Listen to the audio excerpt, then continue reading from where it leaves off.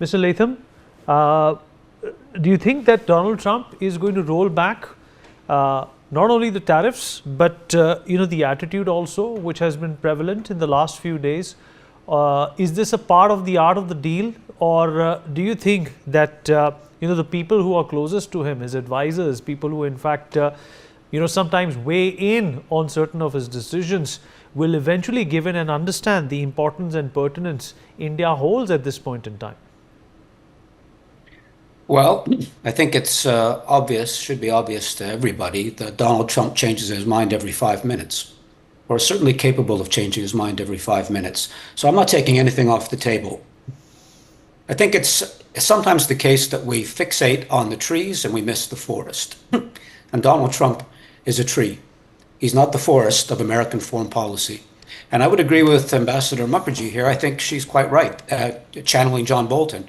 This is an aberrational moment.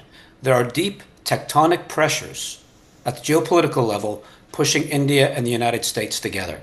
Having said that, India has a long strategic tradition of non-alignment, and now it's morphed into multi-alignment. Of course, it's going to maintain its relationship with Russia. That is long-standing, since independence for India. It doesn't mean that India doesn't do business with the United States, whether it's economic business or whether it's geopolitical business. It certainly does. It doesn't mean that the winds don't shift, to mix metaphors here. They have shifted. First of all, before President Trump, India and the United States were growing closer. And now, I think temporarily, they're moving farther apart. It doesn't surprise me that Prime Minister Modi is poking Donald Trump in the eye with some of the pronouncements that he's made around this. That's the rational reaction of a statesman, right? You mess with me, I'll mess with you back.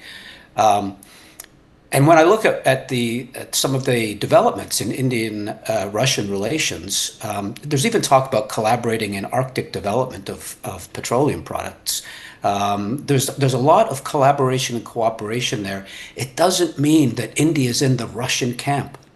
Those days are over, and Donald Trump can't understand that. He thinks there's an American camp, a Chinese camp, and a Russian camp, and you're either all in one or you're all in the other. That's Cold War thinking, and despite what some people would have you believe, this is not Cold War 2.0. That's a mistaken analogy that gets us into all kind of trouble. Donald Trump thinks it's Cold War 2.0. And that's the kind of troubled thinking that he's getting us into. Trump's got, 3 years and a bit left? He will be seen as a blip, as an aberration, I think.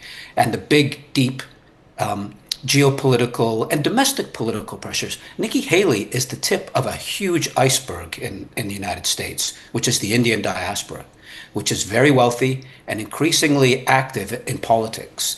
And it's up for grabs. It might trend, as it has historically, Democrat Party, but it started to move before, in the early days of Trump, started to move Republican. Is it going to move the other way? I mean, that remains to be seen. So there's a lot of moving parts here, again, to mix metaphors.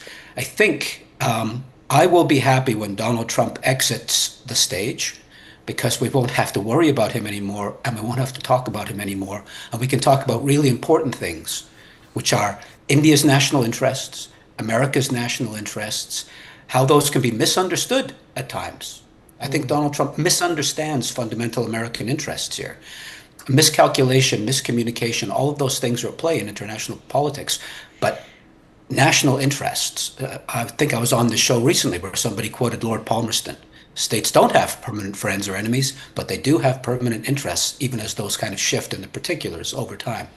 I've said this before on this show, am very optimistic about the medium to long-term relations between India and the United States. I don't have any doubts, but we have to weather the storm in the short to medium term. For more such videos, subscribe to the Newsx YouTube channel, hit the bell icon.